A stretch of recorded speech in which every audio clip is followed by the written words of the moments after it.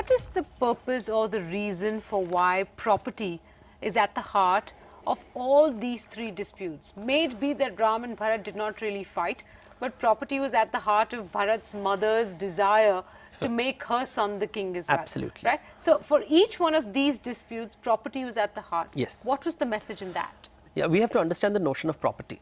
And to understand the notion of property, we have to look back at evolution a bit. Okay. Now, what do we have to look back? You see, there is man on one side and there are animals on the other. Now, animals display territorial behavior. Right. They're highly territorial. Why are they territorial? Because if they are not territorial, their survival is at stake. Right. Their survival is at stake.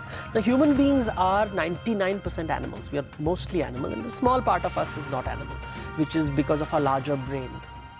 Now, if we are animals mostly, so territorial instinct exists even within us.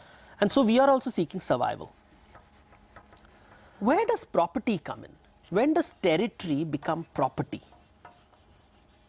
You see, the difference between man and animal is that human beings have imagination. We imagine who we are. Right. We have a notion of who we are. And this has two components: what we are and what we have. I am Devdutt Patnaik. I am also what I possess. Right. While I may die, this is mortal. What I have is immortal. So in a way, through property, because what I have will outlive me, my name will outlive me, my achievements will outlive me, my memory will outlive me, my property. Your property will outlive you? That is the great delusion of man. Okay. So in a way, I have something called a self-image, which is comprised of not only who I am, but what I have. So if I have more, I have a bigger image than you do. And therefore, so since I want to expand my self-image, I want more and more property. But it is also the source of the maximum amount of friction. Yes. Now, the wise man knows this is delusion. The wise man knows that what you are has nothing to do with what you have. So when you look at the Ramayana, on one hand, you have three characters. You have Ram on one side, and then you have Ravan on the other. Ram knows who he is. His character, his personality is not defined by the property or Ayodhya. Which is why he's so easily able to give it up. He so easily give it up. And Bharat, on the other hand, also knows who he is. So his self-image is not dependent on his position as king of Ayodhya. So he doesn't need the kingdom. The kingdom is something else. There is the difference between what I am and what I have is very clear. The two brothers are the wise brothers. They know who they are. Okay. But Ravan is not the wise brother. He believes that who he is measured by what he has. So he wants what his brother has. He wants what Ram has. He wants what other men have. He wants everything what others have. Because he measures himself by what he has, which is 90% or 99% of humanity today. Which is what the scriptures are trying to tell. So long as you value yourself on the basis of what you have, you are on a troublesome path. Would you apply that in this materialistic world as well? Yes, I would. You see, we have to ask ourselves, why do we want what we want? There is a survival need. You need food, clothing, shelter, you need a comfortable life, you need to live.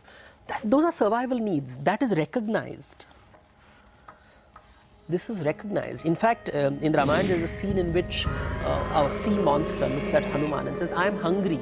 So if I eat you now, I have not done any sin because I've eaten you in hunger. But if I eat you in sport, then I've done something wrong.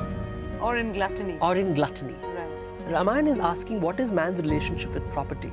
If my self-image, so I'm fighting not for the survival of the self. See, animals are very innocent. Animals are looking at the survival of the self, their physical body, so they fight for it. Human beings are fighting for the self-image, the imagined body, not the physical body. But isn't it so easy to give up when you have it to begin with? Let's assume for a moment that we wanted to be empathetic towards Ravan. He didn't have it. Yes. He wanted it, he desired it. He used the wrong means to acquire it, but desiring it was not incorrect or bad or wrong because he didn't have it. When you have it, It's so easy to take the higher moral ground and say, but I don't want it. I don't need all of this. Yes. When you don't have it, that's not a higher moral ground that you want to take. It's not a question of wanting it or not wanting it. The point is to discover who you are. Find out who you are. In that process, I will acquire wealth, I will lose wealth. Am I the person I am because I have wealth? Or I am the person who I am irrespective of what I possess? Because fortunes will come and go. It is not that if I have a lot, I will be generous. There is no correlation between wealth and generosity.